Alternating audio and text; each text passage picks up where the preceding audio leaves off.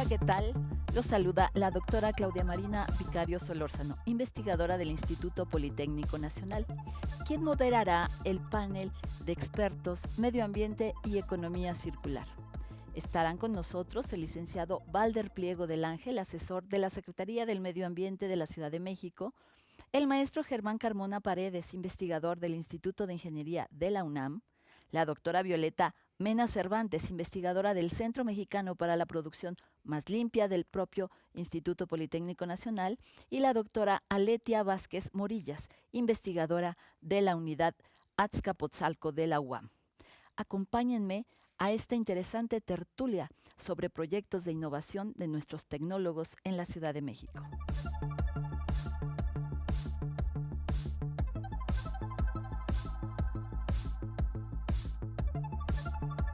¿Qué tal a todos? Aletia, Violeta, Germán, ¿qué tal? Valdemar. Vamos a hablar entonces, creo que tienen muchos temas que compartirnos. ¿Qué les parece que comencemos con Valder?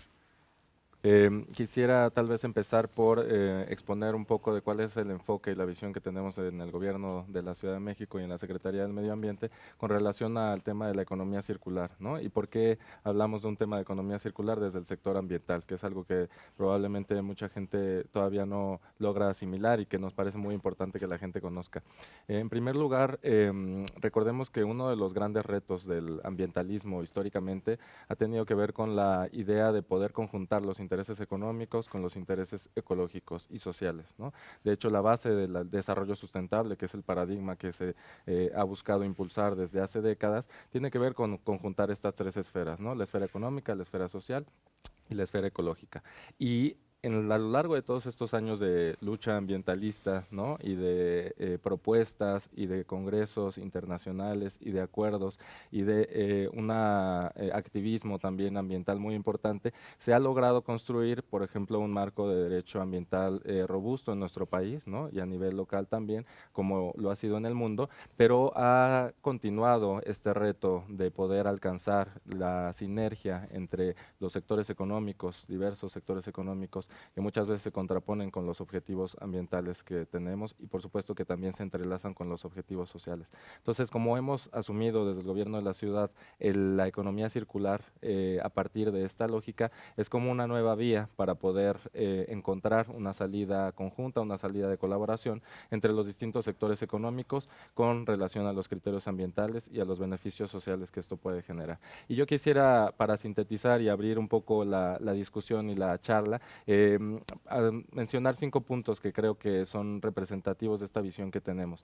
Primero, que va mucho más allá del tema de los residuos sólidos, ¿no? Que muchas veces, y seguramente la gente ha escuchado en diversos paneles, en diversos espacios, que se enfoca la economía circular solamente al tema del reciclaje, ¿no? Y una de las primeras cosas que nosotros quisiéramos poner sobre la mesa es que esto va mucho más allá del reciclaje, porque no estamos enfocándonos solamente en aquellos efectos de esta dinámica de economía lineal que se han generado durante muchos años y que tiene que ver, por ejemplo, con la excesiva generación de residuos, ¿no? En la ciudad se generan más de 12,000 toneladas de residuos sólidos diariamente que necesitamos gestionar y necesitamos, por supuesto, también valorizar, pero la prioridad es ir a las causas, ¿no? Y cuando pensamos en atender las causas de esta problemática ambiental, pensamos más bien en qué modelos económicos y qué modelos de negocio deberíamos estar impulsando para evitar que se generaran esos residuos en un primer lugar, ¿no? Y dentro de estos modelos, la propuesta de la economía circular plantea estrategias muy claras. Una de ellas, y es el segundo punto que quisiera mencionar, tiene que ver con los sistemas de producto o servicio, ¿no? Los sistemas de producto o servicio tienen la ventaja de que sustituyen la idea de posesión o de adquisición de un bien por la idea de satisfacer una necesidad. De tal manera que, por ejemplo, si mi necesidad diaria es trasladarme de mi hogar a la escuela o al trabajo o a algún otro sitio, no necesariamente tengo que poseer un automóvil. Puedo optar por alternativas como el transporte público o la renta de las bicicletas, ¿no? Y esto, por supuesto, requiere de una inversión y de un esfuerzo colectivo muy importante, como el que se está haciendo en la Ciudad de México actualmente, ¿no? Por poner solo un ejemplo en el tema de movilidad, pero también, por ejemplo, puede ser en temas de alimentación, ¿no? En vez de comprar, adquirir ciertos alimentos que cada vez, y a raíz de la pandemia se ha profundizado con un mal entendimiento de la protección de la higiene, se ha sobreempaquetado a los distintos productos y se ha generado una cantidad de residuos impresionante. Y entonces nos encontramos con que existen sistemas, por ejemplo, de venta a granel o sistemas de refill, como se les llama, de relleno, que no están ya tan generalizados como en algún momento sí estuvieron, porque fueron desplazados por una lógica del uso indiscriminado de los plásticos desechables, pero que existen y estas alternativas. Entonces, una de las ideas es plantear estos sistemas de producto-servicio que no implican la generación y el desecho de los bienes al nivel, ¿no? Y con el ritmo en el que lo estamos generando actualmente. Y también incentivar como un tercer punto otro tipo de negocios que no se trata, digamos, de inventar el hilo negro, sino que son negocios que ya existen, como por ejemplo los negocios de reparación, ¿no? Que en la Ciudad de México y en muchas ciudades del mundo existen todavía muchos negocios y muchos locales de reparación, de restauración de ropa, de restauración de zapatos y de distintas cosas que necesitamos aprovechar para extender la vida útil de los productos, ¿no? Y evitar que se conviertan también en residuos. Entonces, es decir, el tema de evitar los residuos sí es uno de los objetivos principales, pero no debemos enfocarnos solamente ahí, sino más bien ir antes a las causas. Y yo quisiera plantear estos dos últimos puntos característicos a partir de los cuales nosotros estamos planteando esta política en la Ciudad de México. Primero, que esto implica una necesidad de rediseñar a nivel ciudad y a nivel de distintas escalas, cuáles son los modelos económicos que necesitamos y cuáles son los productos que se están fabricando, porque no podemos solamente decirle a la ciudadanía, bueno, hagamos ahora esto de manera distinta, adquiramos de manera distinta o consumamos de manera distinta, sin generar estructuralmente las condiciones que posibiliten esto. Y por ejemplo, en el tema del rediseño de los productos se han establecido ciertos criterios que se deben seguir, por ejemplo, para que los productos sean reparables, ¿no? Que sean modulares, que sean desmontables, que utilicen monomateriales, que en dado caso que no se puedan reutilizar, puedan ser mejor reciclados, ¿no? Y entonces todo esto tiene que ver una lógica desde el diseño, ¿no? Que no podemos pensarla una vez que ya se generaron los residuos, sino que tenemos que estar preparados desde antes, ¿no?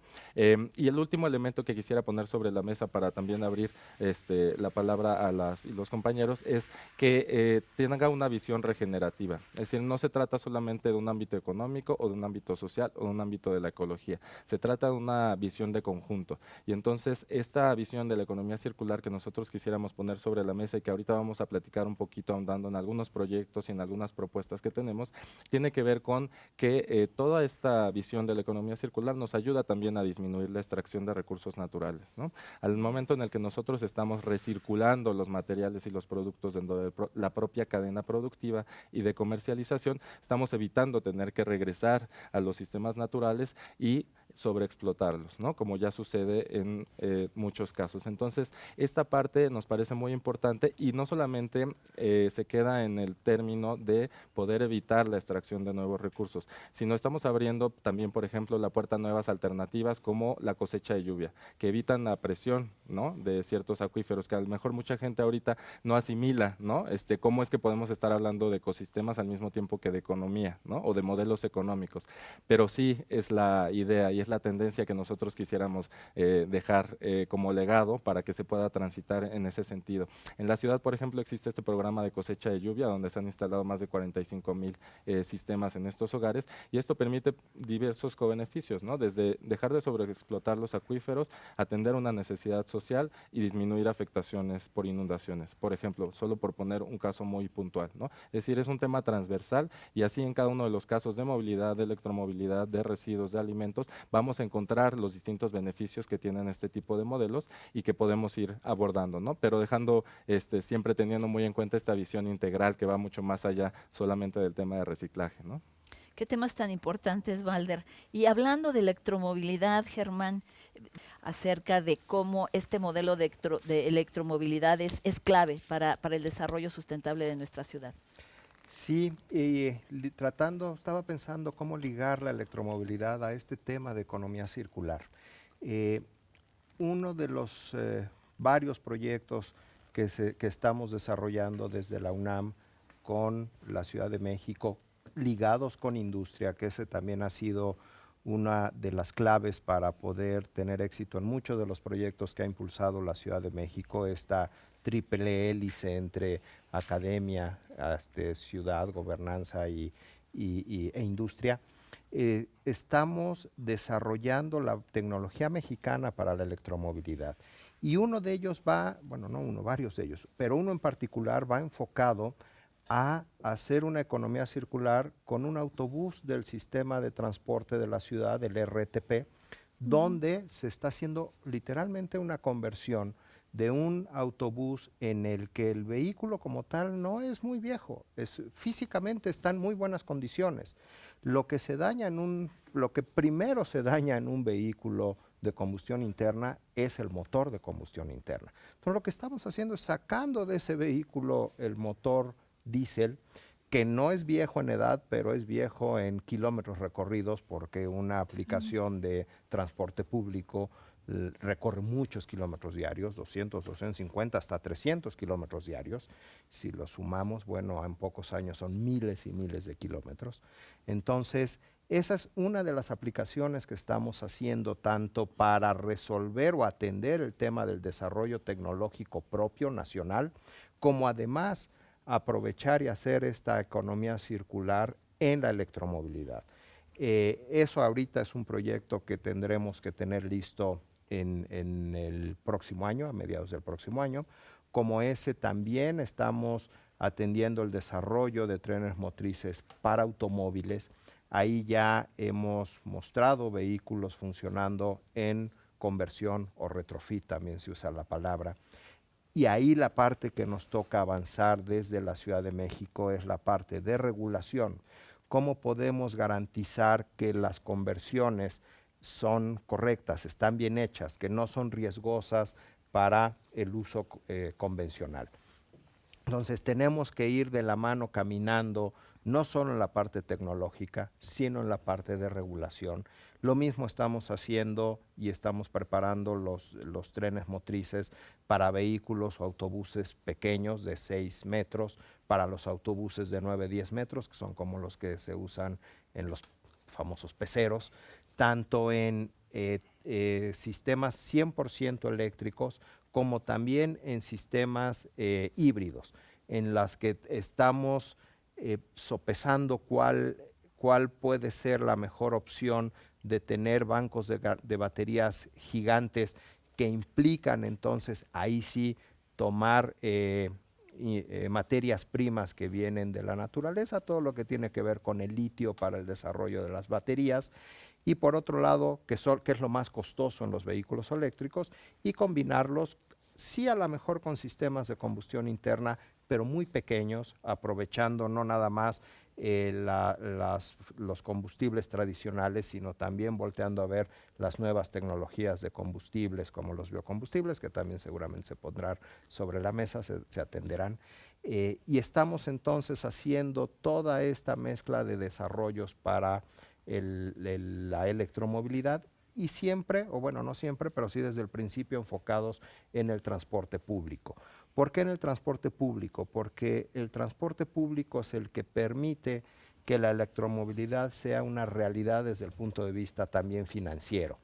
Mientras más kilómetros recorra un vehículo, más rápido vamos a recuperar la inversión inicial, que es muy alta por la naturaleza de la tecnología.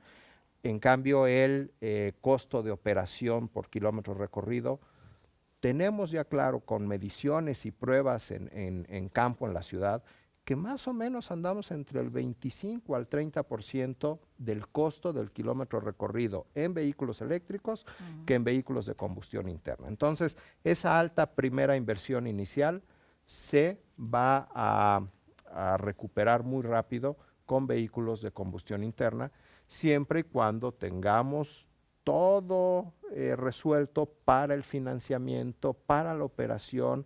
Entonces, hay muchos temas que atender, no nada más en lo tecnológico, en la regulación, en que hagamos que las empresas de transporte público estén cada vez mejor ordenadas, que es un trabajo que ha hecho intensivamente la CEMOVI, tratar de que no sea este esquema de hombre-camión, porque ¿cómo le doy un financiamiento a una persona que depende de un camión? Si el camión se descompone, ya se descompuso todo. Entonces, no nada más es la parte tecnológica, sino atender todos los distintos puntos de tecnología, financiamiento, regulación, ordenamiento, que esa es la visión global que se ha tenido desde la Ciudad de México con la academia, con la industria privada, y es en lo que ahorita hemos estado trabajando de la mano con la Secretaría de Educación, Ciencia y Tecnología, con la SEDEMA, con la CEMOVI, con toda la Ciudad de México, y esa para mí es el punto fundamental para lograr tener proyectos exitosos, proyectos puntuales que resuelvan necesidades puntuales de la ciudad. No, y son proyectos exitosos que nos deben enorgullecer, ¿no es cierto, Germán? Como Claramente. los proyectos que seguramente nos puede compartir la doctora Violeta, ¿no? Porque hablando de biocombustibles, entiendo que este Centro Mexicano para la Producción Más Limpia tiene también proyectos pues clave para nosotros como ciudadanos. Sí, igual, antes que nada, un agradecimiento por la invitación. Y de hecho sí, llevamos ya varios años en el Centro Mexicano trabajando de la mano de la Secretaría de Educación, Ciencia y Tecnología de la Ciudad de México. Iniciamos esta colaboración desde 2016 y prácticamente, como refiere mi colega, a través de la convocatoria para atender demandas específicas de la ciudad. Entonces, desde ese tiempo nosotros participamos precisamente con un proyecto de desarrollo tecnológico para escalar un proceso basado en química verde que teníamos nosotros para producir biodiesel, que es un biocombustible, a partir de un residuo de manejo especial que se genera pues, en todas partes donde se consume aceite vegetal o aceite de cocina, que en la Ciudad de México no es la excepción. Entonces, esa tecnología a través de estos proyectos se fue madurando, llegamos al nivel ya de que se podía hacer la prueba ya a nivel de funcionamiento, digamos, en un entorno real, y ese proyecto fue la oportunidad con Central de Abasto, en donde, sí, ya ahora en la administración de la doctora Sheinbaum, se tomó esa decisión de tener en la Central de Abasto como esta especie de, yo lo diría así, como un laboratorio de varias iniciativas en la parte de tecnología, pues con esta planta fotovoltaica, que es pues la más grande, me parece, de América Latina. Un proyecto de biogás también para aprovechar los residuos que generalmente orgánicos que se generan ahí, y un componente de ese plan fue precisamente la planta para producción de biodiesel a partir de aceites usados. Que esto, bueno, se ha estudiado en todo el mundo, digamos, el esquema o cómo este ejemplo entra dentro del tema del día de hoy, que es la economía circular. Creo que es de los casos más sencillos, porque tenemos precisamente un modelo lineal en el que el consumo de aceite vegetal, tanto a nivel domiciliario en cada uno de nuestros hogares, como en el sector de preparación de alimentos, tanto a pequeña como a gran escala en las cadenas grandes, como a nivel industrial también, en las industrias de preparación de alimentos fritos, pues están generando del orden, un primer factor, de alrededor de un 60% del aceite, digamos, fresco que entra a estos procesos de preparación, alrededor de un 60% se genera como un residuo, e inclusive a nivel industrial es mayor, porque precisamente ya tienen sus procesos tan bien controlados que, pues obviamente, un primer requisito es retirar el exceso de grasa de los alimentos. Entonces tienen tasas altísimas de generación de este aceite, y por otro lado, bueno, surge el problema de qué hacer con este aceite una vez que se genera. Hay diferentes cosas que se pueden hacer, desde lo más sencillo, que es, por ejemplo, producir jabón, ¿no? Que es algo que se puede utilizar. Sin embargo, cuando ya se tiene un proceso que ha pasado por altas temperaturas el aceite, pierde ciertas propiedades, y a nivel internacional inclusive hay muchos países en donde esta forma de reciclar este residuo están, pues ya legalmente no son permitidas. Otra de las aplicaciones que se puede dar es utilizar este aceite para formular alimento para animales, desde ganado hasta mascotas. Esa es una salida que puede tener el aceite, que igual, comentario, en muchos países igual está esto prohibido.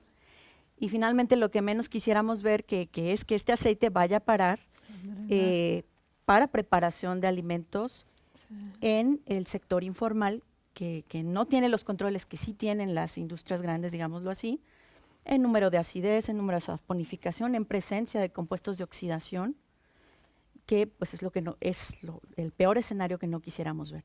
Entonces, o por otra parte, bueno, si no son estos usos, a nivel de los pequeños generadores, que puede ser, por ejemplo, en nuestro propio domicilio o en los pequeños establecimientos, bueno, a lo mejor no tienen ni siquiera esta idea de canalizarlo, conectarlo con otro uso, sino que muchas veces va a parar a las alcantarillas, a los drenajes, a través de las propias tarjas de los establecimientos, donde no tengan trampas de aceite, pues esto puede ser peor, o inclusive al alcantarillado, generando las famosas, digamos, piedras de grasa o taponamientos, que causan también una afectación, pues ya en los costos de darle mantenimiento correctivo para que puedan drenar lo que tienen.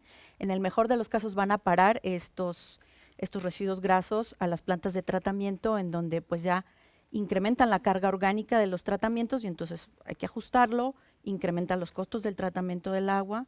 Las propias agencias ambientales pues tienen datos, ¿no? Por ejemplo, que cada litro de aceite que se vierte al drenaje, al alcantarillado, puede contaminar del orden de 1000, hay unas primeras cifras, de 10,000 litros de agua, incrementando los costos de tratamiento, ¿no? Entonces, tenemos este panorama, esta problemática, y una alternativa de valorización, que sí se considera un reciclaje, pues es utilizar estos aceites y estas grasas ya usadas para producir un bioenergético, que es en este caso el biodiesel. Comentábamos que esto, pues en general, es conocido inclusive desde principios de siglo, ¿no? De hecho, cuenta la leyenda que cuando Rudolf Diesel diseñó, por primera vez o probó, hizo las pruebas para su motor, pues lo hizo con aceite de cacahuate. Durante varias décadas, este tipo de motores de alta potencia y de alta eficiencia estuvieron trabajando con insumos renovables, los aceites. Sin embargo, debido, digamos, al éxito económico que tuvieron los petrolíferos, pues se abandonó este diseño original y entonces pasaron a ser motores que se ligan al uso de petrolíferos. Ante todas las problemáticas que se tienen actualmente, porque este modelo que se utilizó, con el que creció la economía mundial durante la segunda mitad del siglo XX, fue pues no acoplar los límites naturales a la prosperidad de la sociedad, pues tenemos ya un problema, que uno de los factores más críticos es pues el cambio climático. Y ahí es en donde este tipo de proyectos, particularmente producción de biodiesel a partir de aceite vegetal usado dentro de la Ciudad de México, cobra una relevancia, pues creo yo, muy importante. La idea, a grosso modo, es precisamente aprovechar un residuo que se genera justo aquí en la Ciudad de México, producir un biocombustible que puede utilizarse ya, ahora mismo, en las máquinas, en los motores que ya existen, aliviando, digamos, o ayudando a reducir, número uno, las emisiones de gases de efecto invernadero. Este es un factor que se sabe cuando se hacen los análisis de huella de carbono, que este biocombustible en particular, cuando se produce a partir de un residuo, puede mitigar por lo menos el 80% de las emisiones de CO2 equivalente respecto del diésel fósil. Y eso es el mínimo, porque en un esquema que es el que estamos pensando con Ciudad de México, podemos llegar, hemos hecho ya las primeras contabilidades, por lo menos 90%, es decir, un delta de 10%. ¿Por qué? Porque aquí mismo se genera el residuo, aquí mismo se convertiría y aquí mismo se consumiría. Y la idea con la administración actual es que además, digamos, el plus sería que se consuma en los autobuses, en el transporte público. Porque es un plus, porque entonces esa huella de carbono todavía al final se prorratea entre el número de usuarios, ¿no? Entonces nos da, digamos, el mejor modelo que podríamos tener para el aprovechamiento de este subproducto o de este residuo que está presente, ¿no? Cada ciudadano estamos produciendo, nos toca alrededor de 3.7 kilogramos de aceite por año, en el mejor de los casos, sin contabilizar tal vez lo que se está produciendo en el sector comercial, ¿no? Las cifras, hay que decirlo, desde hace tiempo la ciudad es pionera. Tenemos una norma de manejo integral de grasas y aceites en la ciudad que ya funciona desde hace varios años, de tal manera que se han podido, digamos, consolidar las cifras de realmente cuál es el potencial de aceite que se podría estar generando en la ciudad. cuánto podríamos estar obteniendo de biodiesel y además en este proyecto en particular con tecnología, digamos, 100% mexicana, con el dominio del know-how, digamos, en un modelo que se ha llamado aquí de innovación abierta, pentahélice, en donde realmente estamos participando la academia, pero a un nivel, como decía mi colega, ya de desarrollo tecnológico, atendiendo una demanda específica que proviene del sector público, en beneficio de la sociedad, con participación también, obviamente ya esta etapa de funcionamiento masivo de la iniciativa privada para poder ya operar y ver todo el modelo de negocio, de cómo va a ser lo que sigue en la siguiente fase. Y digamos, la quinta hélice es este beneficio ambiental, que particularmente en este caso, digamos, sí se cierra la pinza porque es un modelo pues totalmente cerrado en donde todas las etapas de ciclo de vida de este aceite vegetal usado que se convierte en biodiesel están en el propio territorio de la Ciudad de México. Y digo, esto como un preámbulo a la idea que se tiene que puedan existir un tipo de biorefinerías urbanas en donde por tipo de residuo podamos estar aquí generando de todo digamos, de toda esta basura, de todos estos residuos que se generan productos de valor, de baja huella de carbono, de baja intensidad de extracción de recursos naturales, porque repito, la idea es que aquí mismo donde se generan todos estos residuos se puedan procesar y se puedan consumir. Y esa es la idea que traemos en este proyecto. Ya la planta ya se construyó, se arrancó en plena pandemia en 2020, ya se hizo la transferencia tecnológica hacia el fideicomiso de la central de abasto en operación con una empresa mexicana que ahorita tiene el contrato. Se han hecho pruebas en el sector transporte público con RTP y con Metrobús para poder, digamos, confirmar las cifras en cuanto a emisiones contaminantes y reducción de huella de carbono. Y yo estoy en el entendido que ya de hecho se firmaron los primeros contratos para que esto ya salga y se use de diario. Esta planta tiene capacidad de producción de 700,000 litros anuales. Había unas primeras metas que nos hablaban de incrementar la capacidad de producción a 2 millones de litros anuales, lo cual de acuerdo a las cifras que tenemos de generación de residuo es viable, y eso convertiría entonces a la ciudad en pionera en este tipo de esquemas en México, ¿no? En otros países del mundo esto ya es una realidad desde hace años, pero en México, en nuestro país, desafortunadamente, algunos intentos que se han hecho en otras entidades federativas han fracasado, creo yo, que porque realmente no se armonizó, no se acabó de hacer esta unión entre los diferentes engranajes en esta pentahélice famosa, y entonces al cabo de unos años fracasaron, y el sello de ese fracaso es que se le intenta heredar a las energías renovables, en este caso a los biocombustibles, cuando en realidad lo que falló fue ya el modelo de cómo se implementó. Gracias, Violeta. La verdad es que escuchar que podremos ser pioneros, por lo menos a nivel nacional, y que estamos haciendo las cosas muy bien y que hay inversiones por parte del gobierno de esta maravillosa Ciudad de México, pues es clave para atender estas ideas que nos compartía Valder, ¿no? De ahorrar, de ver este aspecto económico con esta pentahélice. Y siguiendo un poco la línea que nos marcaba Violeta, Aletia, ustedes ahí en la UAM, que de hecho estábamos comentando, ¿no? Que la carrera de medio ambiente inicia con ustedes en la UAM hace 50 años, que están ahorita iniciando los festejos. Háblanos un poco más acerca de estos ahorros, de estas valorizaciones que podemos tener con esta recuperación de residuos inorgánicos. Sí, muchas gracias. Bueno, tenemos que entender primero qué es esto de la economía circular. Es un concepto que está rodeándonos actualmente y que a veces, sobre todo la ciudadanía, no tiene claro. Nosotros tenemos un solo planeta y todos los recursos que utilizamos vienen del planeta, no hay ninguna otra fuente. Pero de igual manera, todos los residuos que generamos van a dar a nuestro planeta. Y estamos actualmente sobrepasando la capacidad. Tanto la capacidad de extracción de recursos, los extraemos a más velocidad de los que el planeta los regenera, como la capacidad de procesamiento o asimilación natural de residuos por parte de la Tierra. En esto es donde entra la economía circular.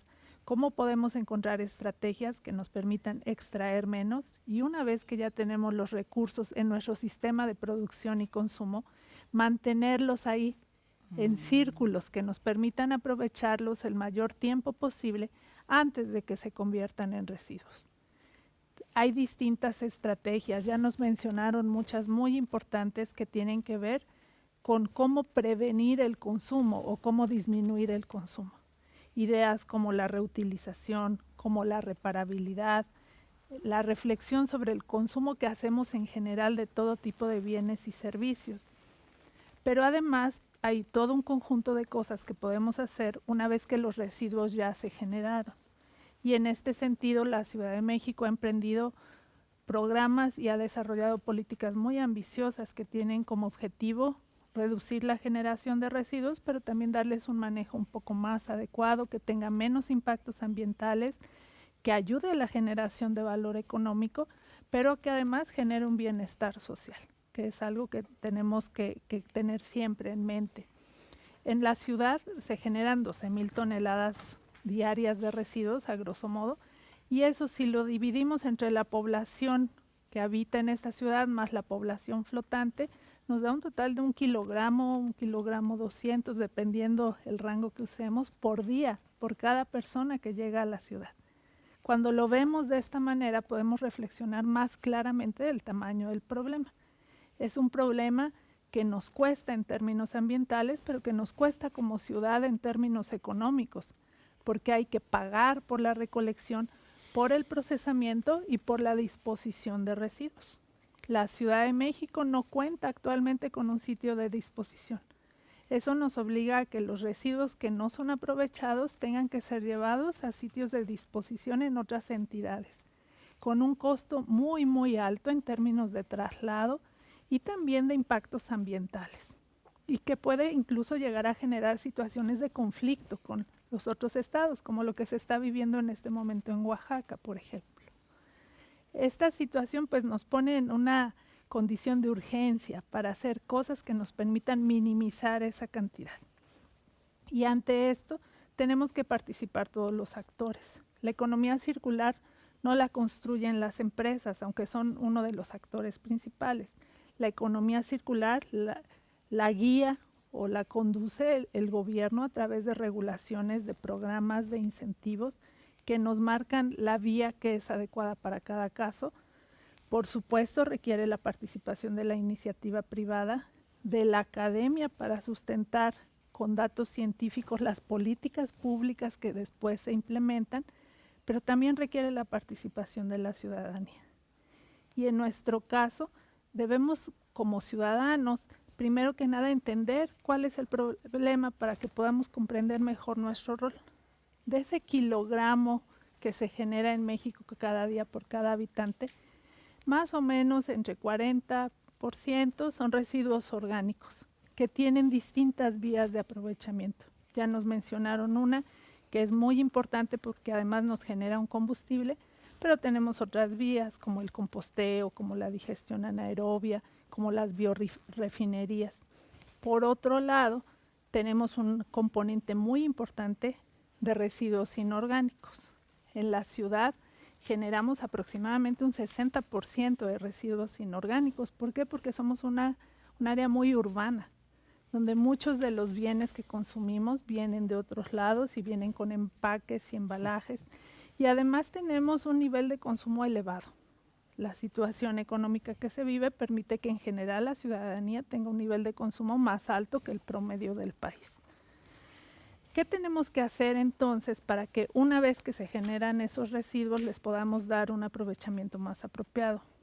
La primera y gran etapa que todos tendríamos que hacer es separar nuestros residuos. Contamos con una norma que nos especifica las 3 categorías importantes de separación. Tenemos por un lado los orgánicos, los inorgánicos aprovechables o que tienen potencial de aprovechamiento y los inorgánicos con bajo potencial de aprovechamiento. Esa separación nos permite hacer muchas cosas. La primera es que nos permite obtener corrientes limpias que facilitan el procesamiento posterior, ya sea de los residuos orgánicos o de los residuos inorgánicos. Si nosotros mezclamos todo y yo quiero, por ejemplo, aprovechar el aceite o aprovechar los plásticos o el papel, voy a tener que invertir una gran cantidad de energía, de tiempo y de dinero en volver a separar las cosas. Y aunque use tecnología muy avanzada, no van a quedar perfectamente separados. Van a tener cierto nivel de contaminación que puede incluso hacer que sean inviables para aprovechamiento o bajar drásticamente su valor en el mercado. Seguramente todos hemos escuchado eso de ¿para qué separo si en el camión lo van a juntar? Basta ya de pretextos, eso no es real. Si ustedes le dan a un recolector de basura en una bolsa separadas las latas de aluminio y las botellas de PET, les aseguro que no lo va a juntar con el resto de los residuos, porque son materiales valiosos, que a los trabajadores les representan un ingreso. Entonces, ese es el primer paso y es un paso muy, muy importante en el cual tenemos que contribuir todos. Una vez que están separados, va a ser más sencillo encontrar distintas formas de valorización. Para los orgánicos en la Ciudad de México, además de todos estos proyectos, tenemos, por ejemplo, 7 plantas de composta, que si bien no son suficientes para dar tratamiento a todos los residuos que se generan, sí contribuyen de una forma importante y que requieren modernizarse y actualizarse, pero ahí están ya y están operando. Pero también tenemos plantas de selección que nos permiten obtener corrientes limpias de residuos separados, que entonces entran a procesos de reciclaje. Estos procesos de reciclaje, algo que debemos tener muy claro, son procesos que desarrolla la iniciativa privada. Una cosa es separar, acopiar, limpiar los residuos, pero el aprovechamiento ya para volverlos a usar como materia prima lo hace el sector privado. ¿Qué tenemos que hacer entonces? Generar las condiciones para que ese tipo de actividades se puedan desarrollar de forma adecuada y sean costeables. Ahora bien, va a haber residuos para los cuales no va a ser costeable. En esos casos tenemos que organizarnos bajo este esquema que existe en México de responsabilidad compartida, donde a cada actor le toca hacer una parte para ver qué hacemos con esos residuos problemáticos. En algunos casos la solución va a ser prohibir que se generen o restringir su uso, porque hay residuos que están originando muchos problemas. En otros a lo mejor vamos a tener opciones de sustitución. Para algunos otros tendremos que crear esquemas donde el reciclaje no dependa solo del mercado, sino que esté solventado por los mismos actores, por los productores y con la participación del gobierno y de la ciudadanía. La economía circular es un rompecabezas y en temas de residuos también lo es. No hay una solución universal. Y además la solución que pueda ser viable para la Ciudad de México, quizá para la ciudad de al lado no lo es, porque las condiciones son diferentes. Entonces tenemos que conocer bien los problemas y en esto el trabajo que se puede hacer en colaboración con CEDEMA, con SECTEI y con la comunidad científica es muy importante, porque conociéndolos podremos encontrar la solución óptima para cada caso. Oye, magnífico, Aletia.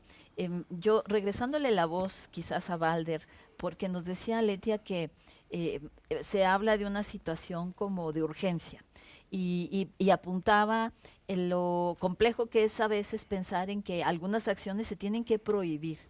Tú como abogado que nos estabas platicando también hace un momento que estaba por comenzar el panel, estas iniciativas legislativas que como también señala Aletia, son locales, ¿no? Porque hay una pertinencia en los contextos y eso es importante que lo supiéramos. ¿Qué es lo que enfrentan cuando ustedes plantean iniciativas legislativas de este orden que tiene que ver con la economía circular y con el medio ambiente? Claro, me parece primero un tema muy importante, coincidimos en la urgencia, ¿no? Me parece que quienes estamos aquí y muchas personas, ¿no? Estamos en una situación de llegar a un estado de no retorno, ¿no? En la extracción de los recursos naturales, en la degradación de nuestros ecosistemas, que requiere de medidas urgentes, ¿no? Y radicales, de ir precisamente a las causas para cambiar este tipo de modelos y evitar que sigamos degradando nuestros ecosistemas, pero además, como comentaba hace rato, regenerarlos, porque ya estamos en un punto en el que ya rebasamos la capacidad de muchos de estos ecosistemas y necesitamos recuperarlos, ¿no? Partiendo de esto, efectivamente, como han comentado las y los colegas, hay un conjunto de aristas muy diversa. Está el tema de la regulación en cada uno de sus temas, está el tema de la educación y la cultura ambiental, también en cada uno de los tipos de residuo, por ejemplo. Yo quisiera centrarme un poquito para entrarle después a esta parte de legislación, primero en 2 puntos. En el tema de cultura ambiental, ¿no? Efectivamente, el Instituto de Recursos Mundiales hizo un estudio hace poco, me parece que el año pasado, donde identifica que más del 70% de los países en el mundo cuentan ya con instituciones para regular y supervisar y verificar el tema de residuos.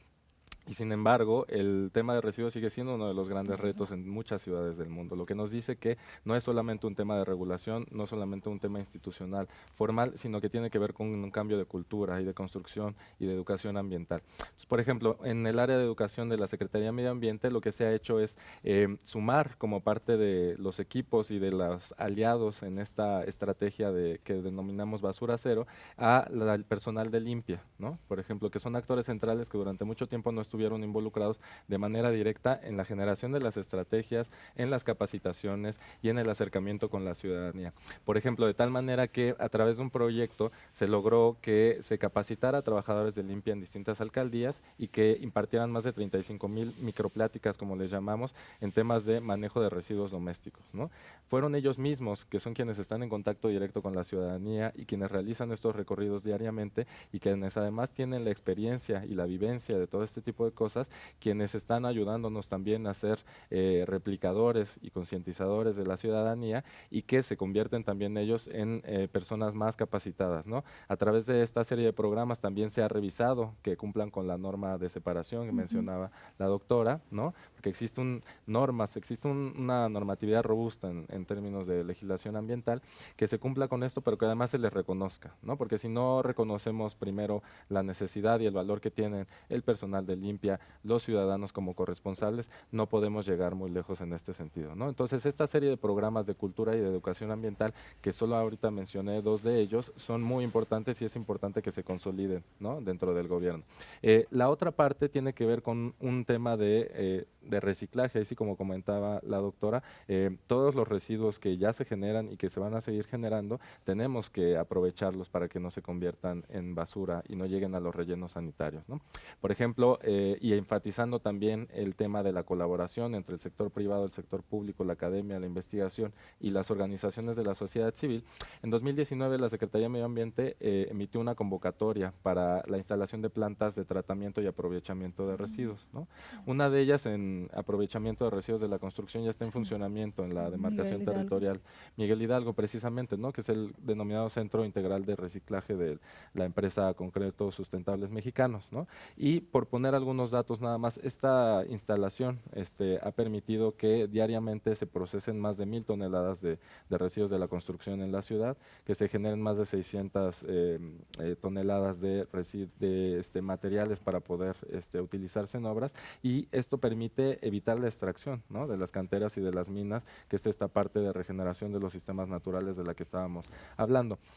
Pero como esta ya existen 6 plantas en la ciudad que antes no existían, antes de 2019, ¿no? Y que están cubriendo ya prácticamente la necesidad que tiene la ciudad en términos de residuos de la construcción y la demolición, ¿no? Que se calcula que están alrededor de 14,000 toneladas y que, como comentaba la doctora, se tienen que seguir fortaleciendo, modernizando y sobre todo manteniendo esta política, pero que están ahí estas nuevas capacidades, ¿no? Que es la parte, por un lado, de la regulación y por otro lado de la infraestructura física que necesitamos.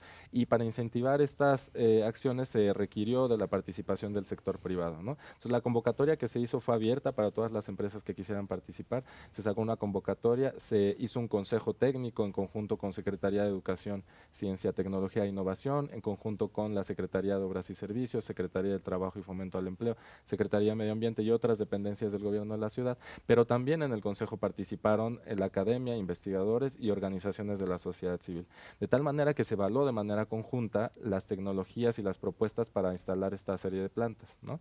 Eso nos permitió, pues, contar con las mejores tecnologías, con los costos más bajos y con los mayores beneficios en términos del aprovechamiento de los residuos. Y otra cosa que se hizo, por ejemplo, en el ámbito regulatorio para el tema de residuos de la construcción, fue actualizar la norma 007, ¿no? Que establece las directrices para el manejo de los residuos de la construcción y la demolición, y a partir de la actualización de la norma, todas las obras públicas y privadas están obligadas a utilizar materiales reciclados, ¿no? De acuerdo a los criterios que se establecen ahí. Entonces es efectivamente buscar esa conjunción entre la nueva regulación que nos permita incentivar este tipo de aprovechamientos, construir las capacidades que se requieren en el territorio y también involucrar la participación de todos los sectores, ¿no? Esa sería, digamos, yo creo que una de las principales aprendizajes y experiencias positivas que nos ha dejado este trabajo conjunto con la SECTEI, con la SEDEMA, con las universidades, que necesitamos efectivamente de este trabajo colaborativo, ¿no? Para que se mantengan en el tiempo y para que tengan resultados eficientes, ¿no? En términos de la legislación de economía circular, también planteamos desde el gobierno de la ciudad una propuesta que pudiera ser discutida, ¿no? En el Poder Legislativo de la ciudad para contar con un marco legislativo en temas de economía circular, ¿no? Porque sabemos que es importante impulsar los proyectos, financiar los proyectos en un momento dado, pero también es importante dejar un legado que permita a la ciudad institucionalizar ciertas visiones que permitan en el largo plazo contar con esta construcción de ciudad circular y sustentable que queremos, ¿no? Entonces, por mencionar solo dos aspectos en esta propuesta legislativa que nosotros estamos haciendo. Primero, generar criterios para que las empresas y el sector privado tengan la posibilidad de saber cuál es el grado de circularidad y de sustentabilidad que están manejando. No como una medida punitiva, sino al contrario, como una medida que les permita progresivamente ir mejorando sus capacidades en este sentido, ¿no? Y la segunda, que establezca el grado de corresponsabilidad a través de este concepto que se maneja, que es la responsabilidad compartida, y que permite diferenciar cuál es la responsabilidad del gobierno, de las empresas, de la ciudadanía, en el manejo de todos los productos y todos los servicios que se tienen en la ciudad. En temas de residuos, por ejemplo, existen lo que se llaman y que ya están implementados por la Secretaría del Medio Ambiente, planes de manejo de bienes, ¿no? Que implican que desde la autorización para la producción de un bien en la ciudad, estas empresas se registran y son autorizadas por la SEDEMA y tienen la planeación de cómo va a retornar ese bien, ese producto, en términos de que pueda ser manejado adecuadamente o aprovechado en términos de valorización, pero que no se deje al consumidor o a la ciudadanía la responsabilidad de los productos que genera una empresa y que finalmente muchas veces se terminan convirtiendo en residuos, sino que planee y asuma la responsabilidad de establecer, por ejemplo, centros de acopio, ¿no? Para que puedan regresar esos residuos y puedan aprovecharse o manejarse de manera adecuada. Entonces, en términos generales, pondría eso sobre la mesa. Son muchísimas las aristas que podríamos tocar, pero creo que eso nos da una idea un poquito clara. Son muchísimas las aristas y la mesa ya se nos agotó. Entonces voy a dar la voz a Germán para que en un minuto máximo nos dé su idea pues final, ¿no? El mensaje para la ciudadanía. Creo que el trabajo que hace la UNAM desde el Instituto de Ingeniería es magnífico, los desarrollos tecnológicos hablan por sí mismos, nos enorgullecen. ¿Y cuál sería este mensaje, no solo para los otros ingenieros, sino para los ciudadanos de pie? Bueno, que lo que tengo claro es que en México tenemos la capacidad técnica para poder hacer desarrollar nuestra propia tecnología en muchos ámbitos, en particular en la electromovilidad. Para mí es vital. Hoy por hoy hemos visto la llegada de pues cada vez más marcas de vehículos eléctricos, la gran mayoría de ellas son chinas, son las que están dominando, y empezamos a enfrentarnos con muchos retos, desde la infraestructura de recarga, normar la infraestructura de recarga. Tenemos protocolos americanos, que es la que deberíamos tener en México, pero también está el protocolo europeo, pero también está el protocolo chino, está el protocolo japonés, y tenemos muchos retos que atender ahí. También tenemos que atender el desarrollo de la tecnología para que en pocos años, 7, 8 años, empecemos a atender el desecho de las baterías que van a terminar su vida útil dentro de un vehículo y atender qué vamos a hacer con ellas. Estamos trabajando en ello, tenemos ya un laboratorio para poder evaluar todas las baterías que se tienen y darle una segunda vida a esas baterías en otras aplicaciones que no requieran tanta exigencia en potencia, en energía, y después entonces sí llevarlo a los procesos de reciclado, deshacer esas baterías, recuperar las materias primas, el litio, los metales, todo lo que tenemos ahí. Entonces tenemos enfrente la oportunidad y el reto, desde luego, de desarrollar nuestra tecnología para atender todas las aristas de electromovilidad, y lo que me queda claro es pues que tenemos la capacidad para ello, siempre y cuando trabajemos en conjunto en los esfuerzos de la academia, en los objetivos del gobierno de la ciudad y del gobierno del país, y desde luego pues dar las soluciones desde el punto de vista financiero para que veamos que son económicamente viables. Tiene que haber en todos estos procesos una viabilidad económica, tiene que haber un negocio de por medio, claro que sí, porque si no, pues la industria privada no le va a entrar. Entonces, y cada quien tiene que poner su granito de arena. Muchas gracias, Germán. Y doctora Violeta, a mí me encanta ver ingenieras, ¿no? El tema de género también es una lucha que mis compañeras comparten seguramente con una servidora. ¿Cuál sería el mensaje de cierre? En 1 minuto, por favor. Ok, pues creo que el mensaje hacia la ciudadanía es un poco como lo decía la doctora Letia, ver la importancia de contribuir, de quitarnos estos pretextos de que no se puede, o en el caso particular del aceite es que yo genero muy poquito. Ese es el primer paso como sociedad en general. Tal vez hacia este programa en particular del reciclaje del aceite para producir biodiesel, precisamente tal vez hace falta un poco más de promoción para que la ciudadanía pueda llevar este aceite a los centros de acopio. Existen ya empresas que se dedican a ello, pero pues hacer del conocimiento de la ciudadanía que particularmente este proyecto en Central de Abasto pues es un proyecto que está pensado para maximizar los beneficios sociales y ambientales, y que es muy importante en este caso específico, que pues si se dan una vuelta por la central, lleven ahí el aceite que ellos estén haciendo este resguardo en sus domicilios.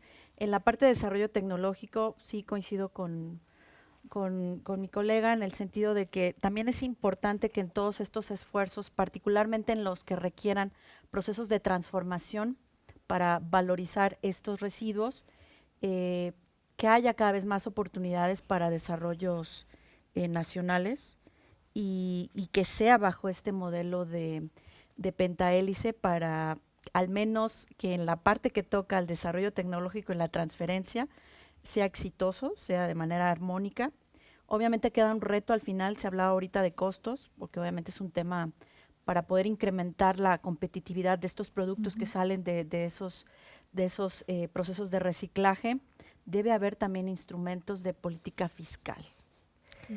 Cuando se viene un punto de sustitución y donde hay un producto, digamos, que ya es de uso común, en este caso, en el caso de los biocombustibles y que vienen de materias primas recicladas o ya residuales, hay un costo de referencia que hace presión. Sí. Ninguna empresa en ningún país, a pesar de que la parte de bioenergía y biocombustibles es milenaria, hoy en día puede competir con un costo de referencia de un petrolífero. Por un lado, porque los productos convencionales o los commodities a los que se intenta sustituir tienen escalas de producción grandísimas, que provienen de un recurso fósil que no tiene que estar sujeto a los ciclos naturales. Y entonces se requiere siempre en etapas tempranas con este tipo de productos mecanismos de salida y de que puedan introducirse en el mercado. Se habla ahorita de los residuos de construcción, ahí hay una parte muy positiva que es que ya hay una ley que indica cuánto se tiene que consumir ese producto, eso es buenísimo. Y en la parte de aspectos donde ya tocan la temática federal, habrá que trabajar inclusive en una esfera como país, y en ese punto estamos en la parte de energéticos, porque es un asunto de regulación federal. Entonces, hace falta trabajar eso. Debe haber estímulos fiscales para que estas empresas puedan alcanzar un cierto nivel de competitividad, y recordar que no porque un producto venga de un ciclo de reciclaje, de entrada va a ser más barato, porque no tiene, digamos, un escenario parejo en cuanto a los costos precisamente de extracción de recursos. No se puede competir un recurso no renovable con uno que sí es renovable, aunque sea residual.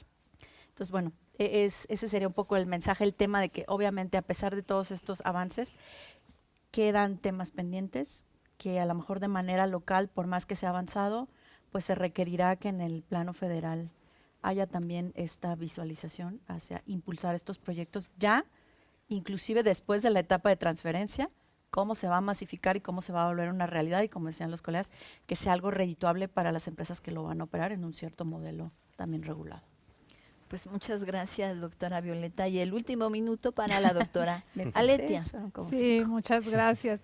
Bueno, tenemos que tener todos muy claro que la economía circular sola no va a resolver todos los problemas. Es un elemento en la construcción de una sostenibilidad para la ciudad. Necesita otras cosas que la acompañen. Sin embargo, es un elemento indispensable y tenemos que ir avanzando en ese sentido. Avanzar es un gran desafío porque requiere que articulemos temas ambientales, temas económicos, temas tecnológicos y temas sociales.